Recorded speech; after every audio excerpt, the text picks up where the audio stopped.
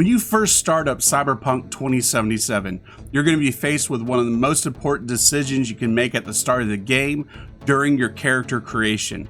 This is your character's backstory, also known as life path.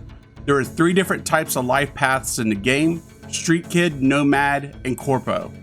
So each one will start you off in a completely different location in the opening of the game, so you'll have a different start of the game depending on your life path choices.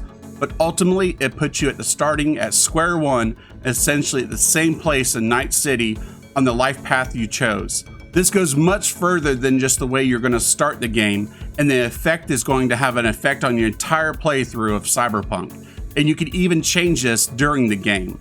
So before we get into the details how this will affect the gameplay, let me give you an overview of each life path. Now, you might know this information because the game has been in development for a while, or this is the first time you've ever heard about the game. Either way, this is going to be a refresher course or just a brand new start for you. The first life path we'll look at is a corpo lifestyle. Very few people leave the corporate world where the lives intact because you bent the rules and you exploited secrets of the corporate lifestyle. There's no such thing as fair game, only winners and losers are the first thing you're going to notice while playing as a corpo, because when you meet people from the same background, you're actually going to know the game and they're going to be playing you and you're going to be able to call them out on it. So this is going to help you to take advantage because there's going to be many opportunities you'll have to call them out on it, and you'll have unique dialogue opportunities that even confirms the secret romances and stuff that are with different life paths.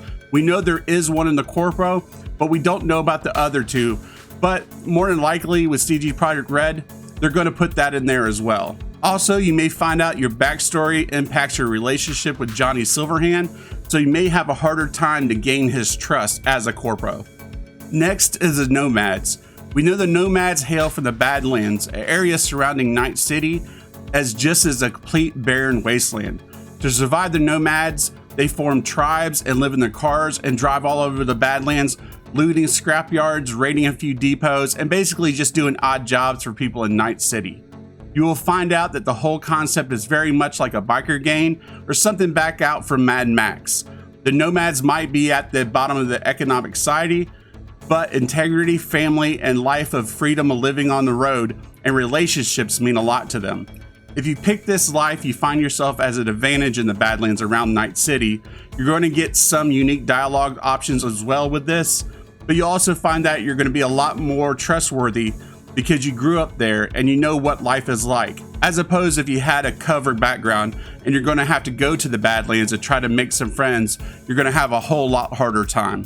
And finally, Street Kids is kind of like the middle ground. You grew up in Night City as low class, out of the gutters, but you're street smart and you can relate with the gangs and stuff because you grew up on the streets.